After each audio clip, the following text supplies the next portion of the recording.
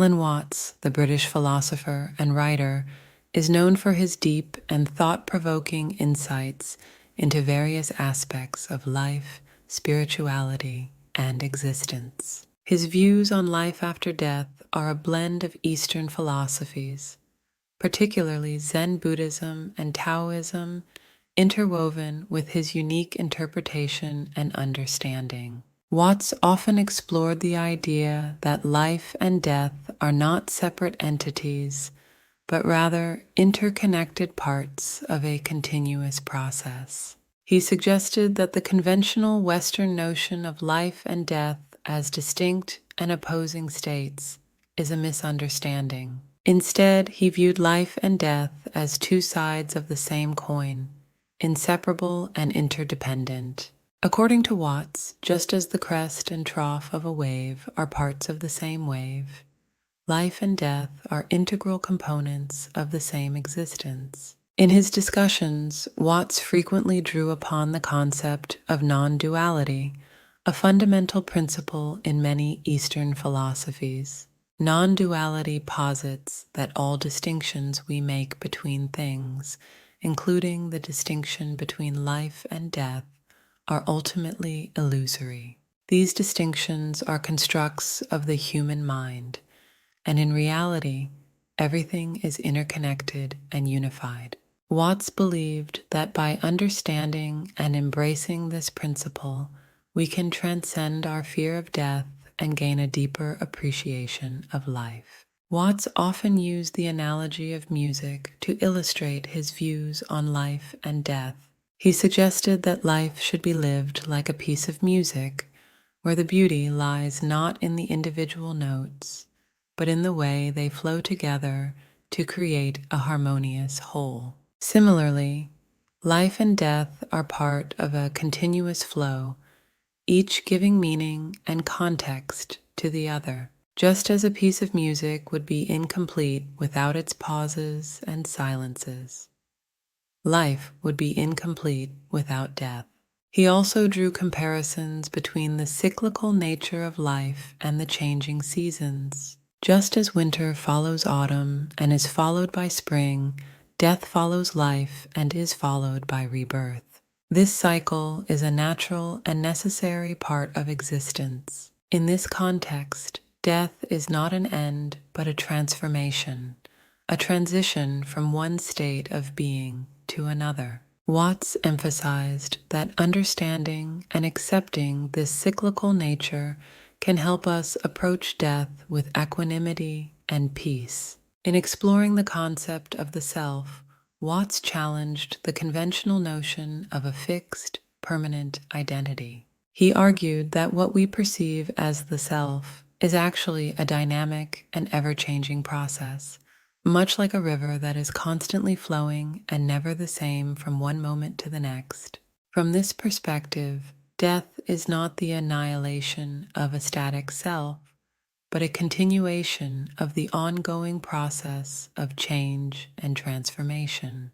The self, in Watts's view, is not confined to the physical body, but is part of a larger interconnected web of existence. Watts also delved into the idea of consciousness and its relationship to life and death. He proposed that consciousness is not limited to individual minds, but is a fundamental aspect of the universe itself. This idea is reminiscent of the concept of the Atman in Hindu philosophy, which suggests that individual consciousness is a manifestation of a universal, all-encompassing consciousness. From this perspective, death is not the end of consciousness, but a return to the universal source from which it originated.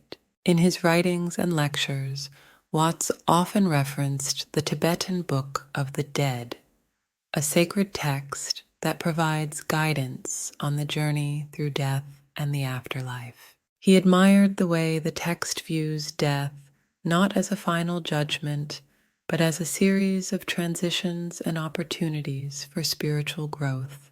The Tibetan Book of the Dead describes the bardo, or intermediate state, between death and rebirth, where the soul undergoes various experiences and encounters. Watts appreciated the text's emphasis on preparation for death and the cultivation of awareness and understanding. Another key aspect of Watts's view on life after death is his rejection of the fear-based approach that often characterizes Western attitudes towards death. He believed that fear of death arises from a fundamental misunderstanding of the nature of existence. By recognizing that life and death are part of the same continuum, we can alleviate our fear and approach death with a sense of curiosity and wonder. Watts often encouraged his listeners to embrace the mystery of death and to view it as an adventure rather than a threat. Watts's perspective on life after death also incorporates elements of existentialist thought. He suggested that the meaning of life and death is not something imposed from outside, but something we create through our own experiences and interpretations. In this sense, life after death is not a predetermined destiny, but an ongoing process of discovery and creation. Watts urged individuals to take responsibility for their own understanding of life and death and to cultivate a sense of personal meaning and purpose. In his exploration of various religious and philosophical traditions, Watts found common themes and insights that shaped his views on life after death. For example, he admired the Zen Buddhist concept of satori, or sudden enlightenment, which involves a profound realization of the interconnectedness of all things. He also drew inspiration from Taoist teachings on the natural flow of life and the importance of harmony with the Tao, or the fundamental principle of the universe. These insights reinforced his belief in the unity and continuity of life and death.